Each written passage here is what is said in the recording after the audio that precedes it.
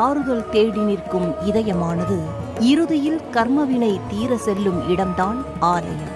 மூச்சு முட்டும் அளவு பிரச்சனைகள் வாழ்வை சூழ்ந்த போது, இனி வாழ வழியே இல்லை என்ற நிலையில், நம்பிய மனிதர்கள் அனைவரும் கைவிரித்த வேளையில், திக்கற்றவருக்கு தெய்வமே துணை என்று ஒரு கோவிலுக்குள் காலடி எடுத்து வைத்த அடுத்த நொடி தலையெழுத்தே மாறினால், தீராத கஷ்டங்கள் எல்லாம் தொலைந்தால், துரத்திய பகை ஓடி ஒழிந்தால், இனி சந்தானமே இல்லை என்ற நிலையில் வம்சம் தழைக்க குழந்தை பிறந்தால், மருத்துவர்களால் தீர்க்க முடியாத நோய் சரியானால், நஷ்டமான வியாபாரத்தில் கோடி கணக்கில் லாபம் வந்தால், அந்த கோவிலை யாரால் தான் மறக்க முடியும்?